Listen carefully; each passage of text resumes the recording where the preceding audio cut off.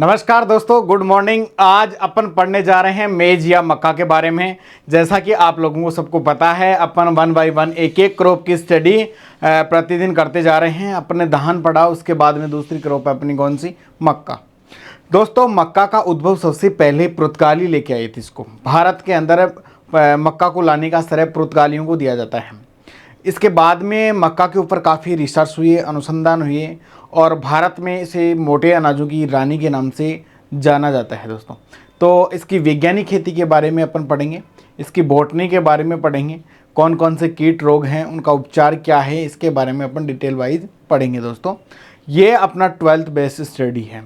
Next अपन बात करते हैं। देखिए, ये मक्का का प्लांट आपने कभी देखा नहीं हो तो इस प्रकार का मक्का का प्लांट होता है और इसमें ये मक्का का, जिसको भुट्टा के नाम से बोला जाता है, ये मक्का का भुट्टा है, नर मंजरी के नाम से जिसको बोला जाता है। इस प्रकार से आप देख सकते हैं दोस्तों। और इस भुट्टे में पीले पीले जो दाने दिखाई दे रहे हैं, इन दानों का पीला रंग जिया जेंतोफिल वर्णक के कारण होता है।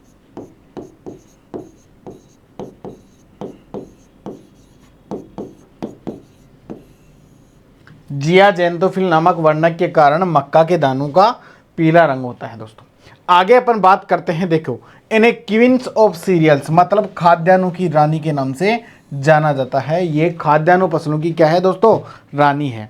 नाम आगे बात करते हैं। ड्रोसोफिला प्लांट मतलब इसे फसलों का ड्रोसोफिला भी कहा जाता है। ड्रोसोफिला क्यों कहा जाता है, इसके पीछे तार्किक लॉजिक यही है कि ड्रोसोफिला जैसे मक्की सबसे बड़ी मक्की होती है जिसको रानी के नाम से जाना जाता है, उसी प्रकार अनाजों में सबसे मोटा दाना इसी का होता है, इसलिए इसी क्या कहा जाता है, ड्रोसोफिला के नाम से जाना जाता है दोस्तों। नेक्स्ट अपन बात करते हैं बॉटनिकल नेम।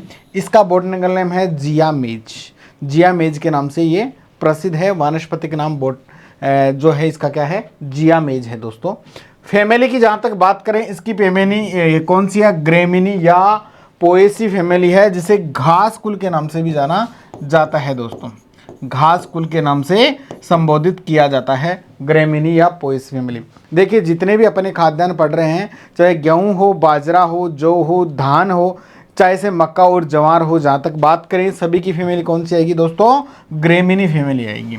और जहाँ तक मक्का की बात करें तो मक्का को अमेरिका के रीढ़ की हड्डी कहा जाता है, बैकबोन ऑफ अमेरिका के नाम से जाना जाता है। तो इसका उत्पत्ति स्थल या सबसे पहले इसको कहाँ देखा गया, मैक्सिको के अंदर देखा गया। और मैक्सिको कहाँ स्थित है, दक्षिणी अमेरिका के अंदर स्थित है दोस्तों। तो इसका ओरिजिन पैलेस या उत्पत्ति स्थान क्या है, मैक्सिको है, जिसे अमेरिका की बोन या मतलब बैकबोन या नींव की हड्डी के नाम से जाना जाता है। नेक्स्ट अपन बात करते हैं, इसमें क्रोमोसोम नंबर या गुणसूत्र संख्या कितना होता है। तो दोस्तों, इसमें क्रोमोसोम नंबर 2n बराबर 20 होता है, मतलब 20 गुणसूत्र संख्या के साथ लगा होता है ये गुणसूत्र संख्या की बात जहां तक करें। और अगर n बराबर आपसे पूछा जाए तो इसमें गुणसूत्र संख्या कितनी होती है दोस्तों, 10 होती है। प्रोटीन क्या कौन सी पाई जाती है, इसमें जीन प्रोटीन पाई जाती है। कौन सी प्रोटीन पाई जाती है, जीन प्रोटीन पाई जाती है मेज में। और इसकी क्वांटिटी दाने के अंदर 10% पाई जाती है दोस्तों। साथ साथ में प्रोटीन के साथ साथ 4% इसके अंदर वसा या फैट पाई जाती है तथा 4% इसमें ऑयल की मात्रा पाई जाती है दोस्तों। इसी प्रकार से अपन आगे बढ़ते हैं। तो मक्का का जो मेल पार्ट होता है उसे टेसल के नाम से संबोधित किया जाता है। मेल पार्ट को टेसल कहा जाता है तथा इसमें कार्बोहाइड्रेट की मात्रा, जो मक्का का दाना होता है, इसमें कार्बोहाइड्रेट की मात्रा 76.8% पाई जाती है। क्योंकि जितने भी खाद्यान्न हैं, सबसे ज़्यादा खाद्यान्न क्या, कार्बोहाइड्रेट के स्रोत हैं दोस्तों। तो कार्बोहाइड्रेट ही अपने को इनसे क्या प्राप्त होता है। तो इसमें कार्बोहाइड्रेट कितना पाया जाता है, 76.80% पाया जाता है। मेल पार्ट को क्या कहते हैं, टेसल के नाम से संबोधित किया जाता है तथा फीमेल पार्ट को सिल्क के नाम से जाना जाता है दोस्तों। जिस प्रकार आपके सामने डायग्राम प्रस्तुत है, उसी प्रकार जो ये पार्ट आपको दिखाई दे रहा है, this is known as tassel, मतलब इसको टेसल के नाम से जाना जाता है। नर भाग के नाम से किसको जाना जाता है, ऐसा पार्ट आपको मक्का में दिखाई दे रहा है, उसे नर भाग के नाम से जाना जाता है। और जो ये भाग जो दिखाई दे रहा है, जहां पर भुट्टा लगता है, इस जगह देखिए आप, उसे सिल्क के नाम से जाना जाता है, मतलब ये मादा भाग है दोस्तों, या ईयर के नाम से भी इसको जाना जाता है। ये क्या होता है, जो टेसल होता है, ये पोलन होते हैं। पोलन कहाँ गिरते हैं, सिल्क के ऊपर आके गिरते हैं और इससे क्या निषेचन क्रिया प्रारंभ होकर दाने का निर्माण होना शुरू होता है दोस्तों। कई बार अपन इमास्कुलेशन करते हैं तो उस दौरान मेल भाग को क्या कर देते हैं, हटा देते हैं। मेल भाग क्या था, टेसल था। इस मेल भाग को हटाने की क्रिया कहलाती है दोस्तों क्या, डी टेसलिंग के नाम से संबोधित की जाती है। ये क्वेश्चन काफी बार पूछा जाता है, ऐसा क्वेश्चन कि मक्का में की जाने वाली क्रिया कौन सी है, तो कौन सी क्रिया है, डी टेसलिंग। मतलब मक्का के नर भाग को हटाना डी टेसलिंग के नाम से दोस्तों जाना जाता है। आगे अपन बात करते हैं नेक्स्ट कि सीड दाना, इसका दाना कहलाता है कैरियोप्सिस। मतलब जितने भी ग्रेमिनी कुल की फसलें हैं, ग्रेमिनी कुल की फसलों का दाने का प्रकार क्या है, कैरियोप्सिस टाइप का दाना इनमें पाया जाता है दोस्तों। आगे बात करते हैं कि मक्का को सफलतापूर्वक उगाने के लिए या वैज्ञानिक खेती करने के लिए एक जलवायु कैसी चाहिए होती है। तो मक्का को जलवायु की बात जहाँ तक करें, इसको आर्द्र और उष्ण जलवायु क्या है, पसंद है, जिसमें क्या होना चाहिए, नमी होनी चाहिए दोस्तों। आर्द्र तथा उष्ण जलवायु मक्का को काफ़ी पसंद है। साथ में मक्का को उगने के लिए तथा अच्छी बढ़वार और वृद्धि करने के लिए 24 डिग्री सेंटीग्रेड से 30 डिग्री सेंटीग्रेड तापमान की आवश्यकता होती है दोस्तों। और इस तापमान पे साथ साथ में जब मक्का की कटाई की जाती है तो उस समय मक्का को कटाई के समय शुष्क जलवायु की आवश्यकता रहती है। मतलब उस टाइम में सूखा होना चाहिए, शुष्क होनी चाहिए, जलवायु के अंदर किसी प्रकार की ज़्यादा नमी नहीं होनी चाहिए तथा दानों में उस समय 25% क्या होना चाहिए, नमी होनी चाहिए। इससे कम नमी नहीं होनी चाहिए दोस्तों। आगे जहाँ तक बात करें, अगर आर्द्रता की बात करें तो 65 से 70% आर्द्रता वाले क्षेत्रों में या ह्यूमिडिटी जिन क्षेत्रों में पाई जाती है उन क्षेत्रों में इसकी खेती सफलतापूर्वक की जाती है। अब आप कहेंगे ह्यूमिडिटी या आर्द्रता किसे कहते हैं, वातावरण में उपस्थित जल की मात्रा ही ह्यूमिडिटी या आर्द्रता के नाम से संबोधित की जाती है दोस्तों। तो इस प्रकार से आर्द्र उष्ण नम जलवायु पसंद है। 24 से 30 डिग्री सेंटीग्रेड तापमान पे इसको उगाया जा सकता है। 65 से 70% क्या होनी चाहिए, अपेक्षित आर्द्रता होनी चाहिए दोस्तों। नेक्स्ट बात करते हैं मृदा और खेत की तैयारी। देखिए दोस्तों, जहाँ तक अगर मृदा और सोइल की अपन बात करें तो इसको बलुई दोमट मृदा पसंद है, बलुई दोमट मृदा पसंद है। और जिस मृदा का पीएच मान 6.5 to 8% पीएच होना जरूरी है, 6.5 to 8 होना पीएच जरूरी है। यहाँ तक के पीएच में 6.5 से 8 तक के पीएच में मक्का अच्छी तरीके से ग्रोथ कर लेती है तथा साथ साथ में ये जल निकास युक्त मृदा होनी चाहिए। इसमें जल का भराव ज़्यादा नहीं होना चाहिए, पानी भराव वाली कंडीशन ज़्यादा नहीं होना चाहिए। जल निकास इसका क्या होना चाहिए दोस्तों, प्रॉपर होना चाहिए। इस प्रकार की मिट्टी इसको क्या है, पसंद है। खेत की तैयारी जहाँ तक बात करें अपन, तो खेत की तैयारी पहले ही बीज बुआई से पहले की जाने वाली क्रियाएं हैं। तो आपको क्या करना है, एक जुताई आपको करनी है मिट्टी पलटने वाले हल से। जो मिट्टी पलटने वाला हल है, इसे गर्मियों के समय गहरी एक जुताई करके आपको खेत को खुला छोड़ना है। साथ में उसके बाद में आपको 2 से 3 जुताई कल्टीवेटर या हैरो के माध्यम से करना है। कल्टीवेटर या जो हैरो होता है इसके माध्यम से करना है। पाटा लगा के ज़मीन को समतल कर लेना है। साथ में इसी के साथ में क्या करना है, आपको 15 से 20 टन प्रति हेक्टेयर आपको FIM या गोबर की खाद साथ में मिलानी है दोस्तों। और जितने भी उर्वरक इसमें सिफारिश किए जा रहे हैं उतने सारे उर्वरक मृदा में भूमि की तैयारी के समय ही क्या कर लेते हैं, अपन मिला लेते हैं दोस्तों। ये बाद में प्रयोग किए जाने वाली चीज़ें नहीं हैं। आगे अपन बात करते हैं उन्नत किस्में। उन्नत किस्मों का मतलब ये होता है वह किस्में जो सामान्य किस्मों की तुलना में 15 से 20% उपज अधिक देती हों, उसे उन्नत किस्मों के नाम से संबोधित किया जाता है दोस्तों। अब इसमें उन्नत किस्मों में क्या कुछ संकर किस्में दे रखी हैं जिसमें शीघ्र पकने वाली, मध्यम पकने वाली, संकुल किस्में या कंपोजिट वैरायटी के नाम से देखा जाना जाता है। देखिए, पहले तो अपन ये समझेंगे कि संकर किस्म किसे कहते हैं या हाइब्रिड वैरायटी किसे कहते हैं। दो वैरायटियों के बीच, मतलब ये दो लाइनें हैं जिनमें अलग अलग कैरेक्टर हैं। इनके बीच में अपन क्रॉस या निषेचन करवा के जो F1 पीढ़ी प्राप्त करते हैं, फर्स्ट जनरेशन प्राप्त करते हैं, उसे संकर किस्म या हाइब्रिड किस्म के नाम से संबोधित किया जाता है। दोस्तों बात करते हैं अपन कंपोजिट वैरायटी की। कंपोजिट वैरायटी के अंदर क्या है, बहुत सारी वैरायटियों के बीच में अपन क्या करते हैं, क्रॉस करवा के जब F1 जनरेशन प्राप्त करते हैं तो इसमें अगर 70% फिनोटिपिक लक्षण अगर समान आते हैं उनके, तो उसे कंपोजिट वैरायटी के नाम से संबोधित किया जाता है। दोस्तों आगे बात करते हैं शीघ्र पकने वाली। ये किस्में क्या करती हैं, 80 से 100 दिन में अपना परिपक्व काल पूरा कर लेती हैं। जैसा कि इन किस्मों में bio 9637, bio 9681, HQP M1, HQP M5, PEH M5, PEH1, Pratap मक्का 1, ये किस्में क्या हैं, शीघ्र पकने वाली किस्में हैं, जल्दी ही आपको उत्पादन प्राप्त करवा सकती हैं। मध्यम व देरी से पकने वाली किस्में जो 100 से 120 दिन में पकती हैं, ये वैरायटियाँ काफ़ी इंपॉर्टेंट वैरायटी हैं सारी। जैसे पहली है दक्खन 103, बहुत बार पूछी गई है, जनरल कंपटीशन में पूछा जाता है कि दक्खन, गंगा सफ़ेद, गंगा 2, गंगा 11 और माही धवल किसकी वैरायटियां हैं। ये सारी दोस्तों मक्का की वैरायटियां हैं जो मध्यम तथा देरी से पकने वाली किस्में हैं। आगे बात करते हैं संकुल किस्मों की।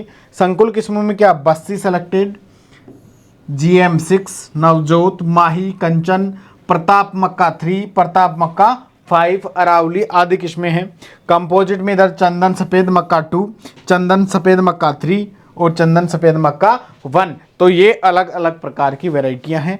आपको जैसी सूटेबिलिटी चाहिए, देरी से पकने वाली चाहिए, जल्दी पकने वाली चाहिए, कंपोजिट वैरायटी चाहिए, आपको किसी प्रकार की जो भी आपकी इच्छा अनुसार आप अपने एरिया के अकॉर्डिंग सेलेक्ट कर सकते हैं, अपनी आवश्यकता अनुसार इन वैरायटियों को सेलेक्ट कर सकते हैं।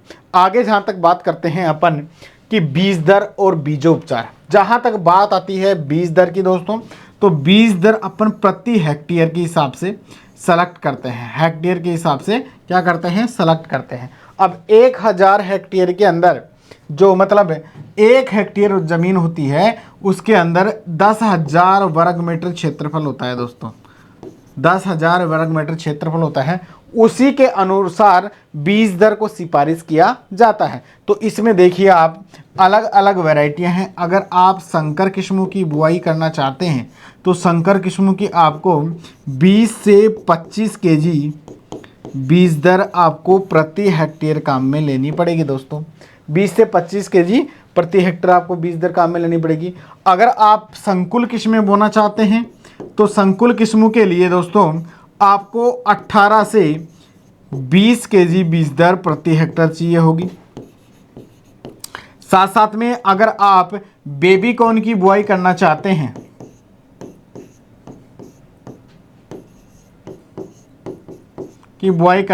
हैं तो आपको बेबी कॉर्न की 20 से 22 केजी बीज दर प्रति हेक्टेयर दोस्तों चाहिए होगी। ये आपके सामने बीज दर है, या आप अपनी वैरायटी के अकॉर्डिंग जैसी वैरायटी आप चूज कर रहे हैं उसके अनुसार आप चूज कर सकते हैं। और बात करते हैं फिर बीजोपचार की। आपने वैरायटी सेलेक्ट करने के बाद, बीज दर सेलेक्ट करने के बाद में बीजोपचार की जहाँ तक बात करें तो आप सबसे पहले प्रति ग्राम 1 केजी बीज को, प्रति 1 केजी सीड को 3 ग्राम थायरम या कैप्टान से उपचारित करें। थायरम या कैप्टान नामक रसायन से उपचारित करें दोस्तों, और इस बीज को अच्छी तरीके से छाया में सुखा लें। थायरम और कैप्टान से बीजोपचार करने के बाद में देखो, अपने भारत में आपको मैंने बताया था कि बीज को उपचारित करने की FIR विधि प्रचलित है।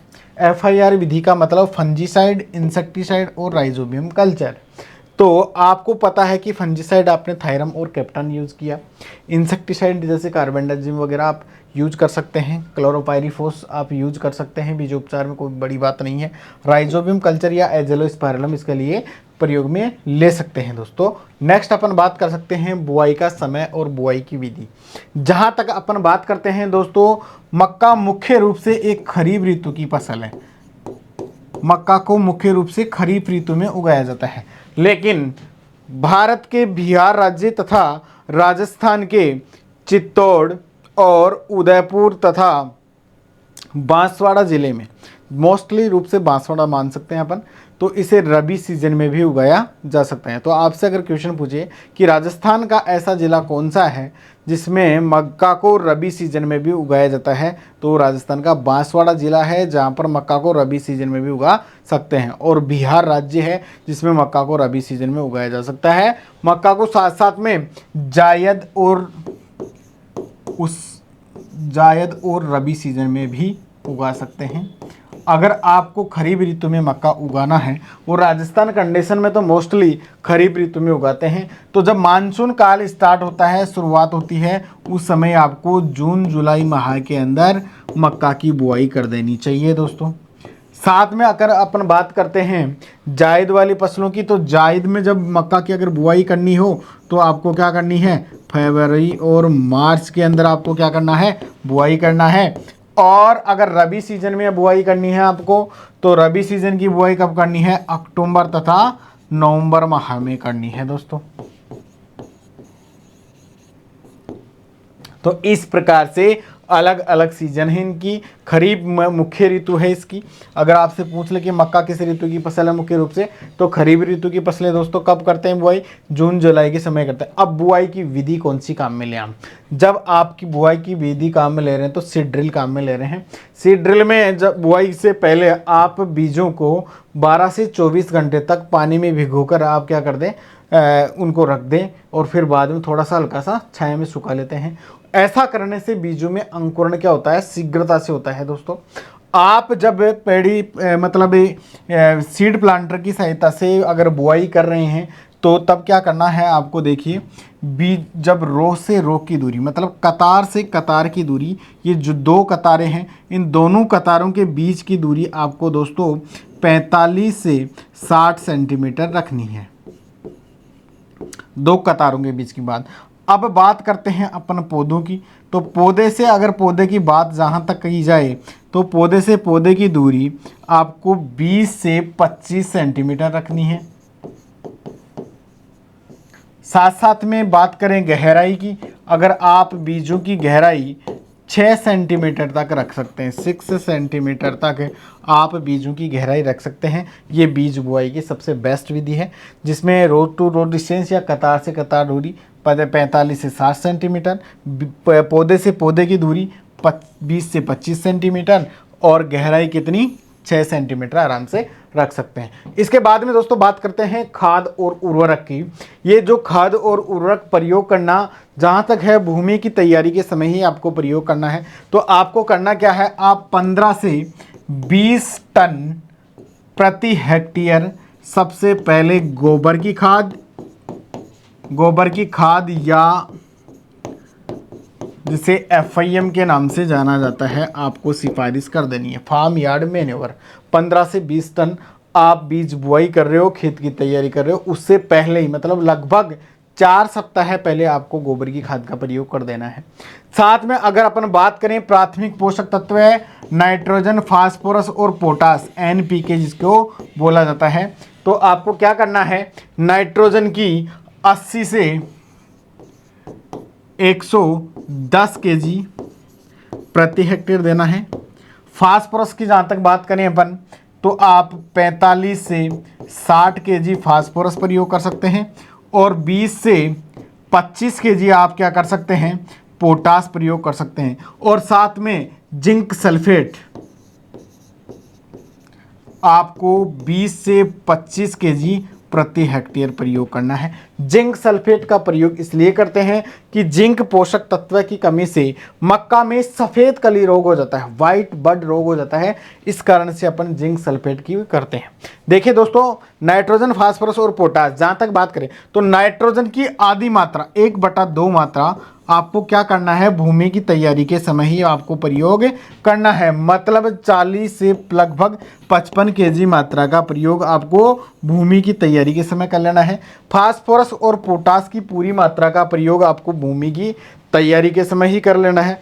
शेष जो नाइट्रोजन की आधी मात्रा बचती है, उस मात्रा का प्रयोग आपको करना है जब पौधे में नर मंजरी बने।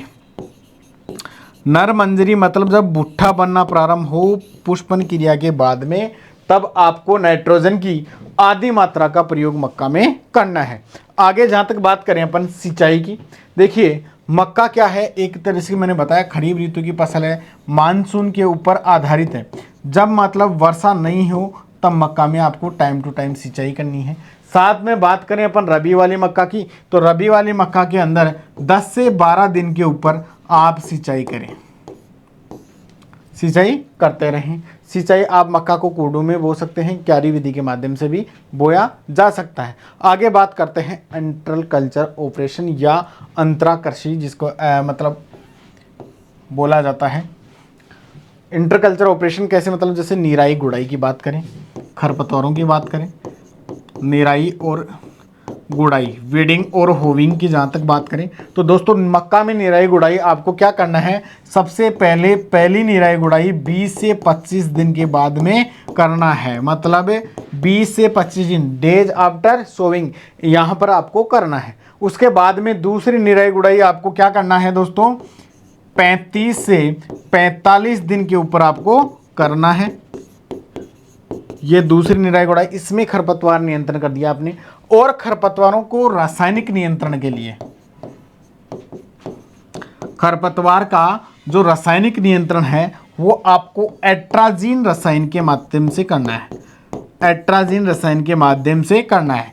एट्राजीन का प्रयोग आपको खेत में कब करना है, एट्राजीन का प्रयोग आपने मान लीजिए बीज बुआई कर दी दोस्तों, बीज बुआई के 48 घंटे के अंदर, मतलब जब बीजों का अंकुरण नहीं हुआ हो, बीज बुआई के तुरंत बाद में और अंकुरण से पहले आपको क्या करना है, एट्राजीन सक्रिय तत्व का प्रयोग खेत के अंदर कर देना है, जिससे आपका बीजों मतलब खरपतवारों का नियंत्रण हो जाएगा। नेक्स्ट अपन बात करते हैं पादप संरक्षण की। तो पादप संरक्षण में देखिए दोस्तों, मक्का को मुख्य रूप से लगने वाला कीट है जिसका नाम है दीमक, और ये एक प्रकार का सर्वहारी इंसेक्ट है, हर जगह पाया जाता है ये इंसेक्ट। और मक्का के अंदर जो दीमक लगता है, तो जब दीमक लगता है तो सबसे पहला उपचार तो आप क्या करें, सिंचाई करें। सिंचाई करने से क्या होगा, जल से पानी के कारण से दीमक नीचे चला जाता है। इस उपचार से आपको सक्सेसता नहीं मिल रही है तो आप क्या करें, 20 kg क्लोरोपाइरीफोस,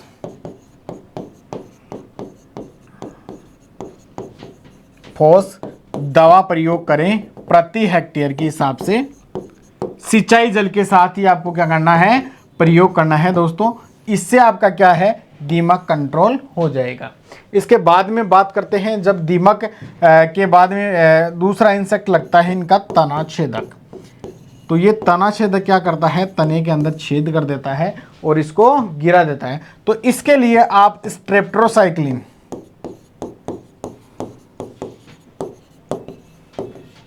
दवा का प्रयोग करें दोस्तों। स्ट्रेप्टोसाइक्लिन दवा का प्रति हेक्टेयर प्रयोग करते हैं। इसमें जब आपके सामने एक यूनिट लिखी आती है ईसी, किसी भी दवाई के आगे जब जैसे 20 ईसी का प्रयोग करें, 30 ईसी का प्रयोग करें।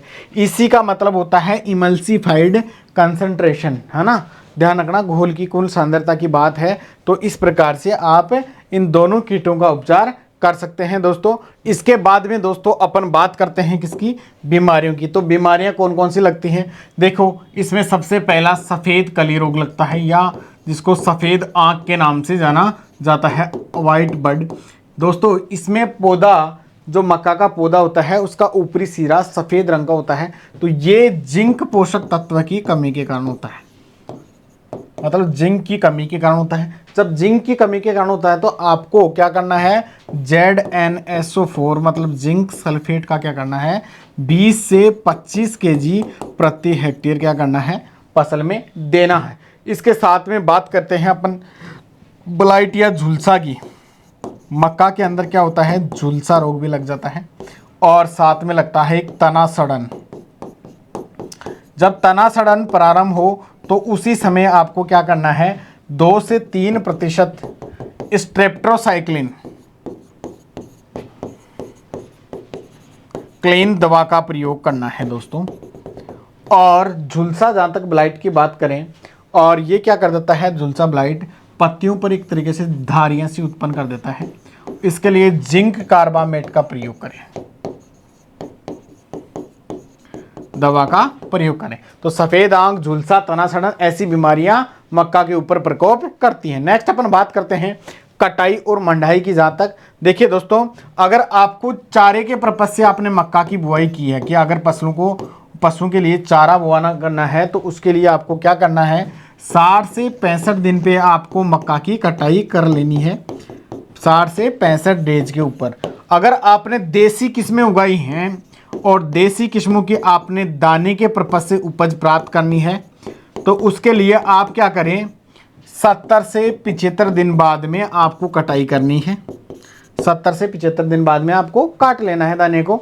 इसके बाद में जहाँ तक बात करें अपन संकुल किस्मों की, तो संकुल किस्में और संकर किस्में अगर आपने लगाई हैं तो उसके लिए आपको 90 से 115 दिन के ऊपर आपको फसल को कटाई कर लेनी है। मतलब जिस दिन आपने बुआई की उसके इतने दिन बाद में आपको फसल की कटाई कर लेनी है दोस्तों। इसके बाद में अपन बात करते हैं किसकी, कि मंडाई की। जहाँ तक बात करते हैं तो मंडाई जब अपन करते हैं तो भुट्टे से दाने को अलग करने के लिए आपको सेलर नामक यंत्र का प्रयोग करना पड़ेगा कि आप भुट्टे से दाने को अच्छी प्रकार से अलग कर सकते हैं दोस्तों। इसके बाद में बात करें अपन उपज कितनी प्राप्त होती है अपने को, तो मक्का की जो संकर किस्में हैं इनसे 40 से 50 क्विंटल उपज प्रति हेक्टेयर अपने को दाने के रूप में प्राप्त हो जाती है, तथा संकुल किस्मों से 30 से 40 क्विंटल उपज प्रति हेक्टेयर अपने को प्राप्त होती है दोस्तों। और इसी के साथ साथ प्रति हेक्टेयर की दर से दाने की उपज प्राप्त होती है। लगभग 30 से 40 क्विंटल के आसपास आपको सूखा चारा प्रति हेक्टेयर प्राप्त होता है जो पशुओं को खिलाने के लिए काम में लिया जाता है दोस्तों। 30 से 40 क्विंटल प्रति हेक्टेयर जो सूखा चारा प्राप्त होता है इसको कड़बी के नाम से भी संबोधित किया जाता है। राजस्थानी भाषा में कड़बी बोला जाता है इनको। तो 30 से 40 क्विंटल आपको ये प्राप्त हो जाता है। इसके साथ साथ में मक्का से जुड़ी कुछ जानकारियां आपको और बताते हैं। देखिए, आपसे पूछा जाए कि मक्का अनुसंधान निर्देशालय कहाँ स्थित है। मक्का अनुसंधान निदेशालय की जहाँ तक बात करें तो मक्का अनुसंधान निदेशालय दोस्तों नई दिल्ली के अंदर स्थित है। अगर आपसे क्वेश्चन बात करें कि मक्का में दोहरा संकर संकरण या डबल क्रॉस तकनीकी किसने दी थी, तो उस वैज्ञानिक का नाम है DF जॉनसन नामक वैज्ञानिक ने मक्का में द्विसंकर संकरण या डबल क्रॉस तकनीकी का इस्तेमाल किया था। DF जॉनसन नामक वैज्ञानिक ने इसका किया था, क्योंकि ऐसे क्वेश्चंस कई बार आपसे पूछ लिए जाते हैं दोस्तों। मक्का को दाने से भुट्टे अलग करने के लिए कौन से यंत्र का प्रयोग किया जाता है, सेलर नामक यंत्र का प्रयोग किया जाता है। मक्का के दानों का पीला रंग किसके कारण होता है, तो होता है जियाजेंथोफिल वर्णक के कारण होता है।